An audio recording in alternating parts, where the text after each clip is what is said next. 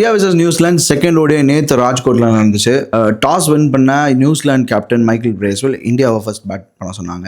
Indian டீமில் last மேட்ச்ல அடிபட்ட அந்த வாஷிங்டன் சுந்தர் பதிலாக நிதிஷ் குமார் ரெட்டி வந்து சேர்க்கப்பட்டிருந்தார். இந்த பர்டிகுலர் மேட்ச்ல வந்து பார்த்தீங்கன்னா ரோஹித் சர்மா 24 ரனுக்கு அவுட் ஆக, சுமன் கில் போன மேட்ச் மாதிரியே இந்த மேட்ச்ல ஒரு 50 போட்டு 56 ரனுக்கு அவுட் ஆனார். அதுக்கப்புறம் வந்த ஸ்ரேயாஸ் ஐயர் 8 ரனுக்கு அவுட் ஆக, அடுத்து விராட் கோலியும் 23 ரனுக்கு அவுட் ஆகி நடைய கட்டினோடனே என்னடா திடீர்னு 118 ரனுக்கு 4 விக்கெட் போயிடுச்சு அப்படின்னு யோசிச்சுட்டு இருக்கும்போது கேஎல் ராகுல் அண்ட் ஜடேஜா 2 பேரும் சேர்ந்து ஒரு மாதிரி ஸ்டடி பண்ணாங்க இன்னிங்ஸை. ஜடேஜா 27 ரனுக்கு அவுட் ஆக, அடுத்து வந்த நிதிஷ்குமார் ரெட்டியோட மறுபடியும் கேஎல் ராகுல் ஒரு பார்ட்னர்ஷிப் பண்ணாரு. கடைசி வரைக்கும் ஆபத் பாண்டவனா நின்ன கேஎல் ராகுல் தன்னுடைய ஓடிஐ ஹையஸ்ட் ஸ்கோரான 114 ரன் மறுபடியும் இந்த மேட்ச்லயும் சமன் செஞ்சு இந்தியாவுக்கு 284 என்கிற ஒரு வலுவான ஸ்கோரை அமைச்சாங்க. 85 அப்படின்ற ஒரு டார்கெட்டை இந்தியா எப்படி டிஃபெண்ட் பண்ண போகிறாங்க அப்படின்னு பார்த்துக்கிட்டு இருக்கும்போது ரொம்ப நல்லாவே ஸ்டார்ட் பண்ணாங்க. டெவான் கால்வே 16 ரனில் நம்ம அஷித் ராணா தூக்குனாரு. ஹென்ரி நிக்கோல்ஸ்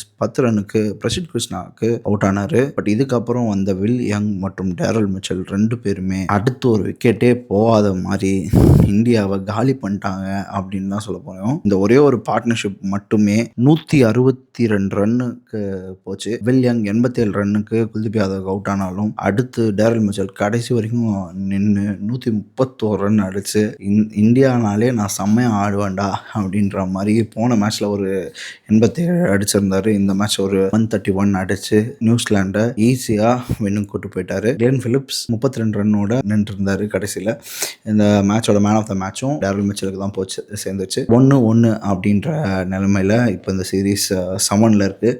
அடுத்த மேட்ச் என்ன நடக்க போகுது அப்படின்றத பொறுத்து வந்து பார்க்கலாம். யார் இந்த சீரீஸை தட்டி தூக்க போகிறான்னு நான் ரொம்ப ஆவலோட காத்துக்கிட்டு இருக்கேன்.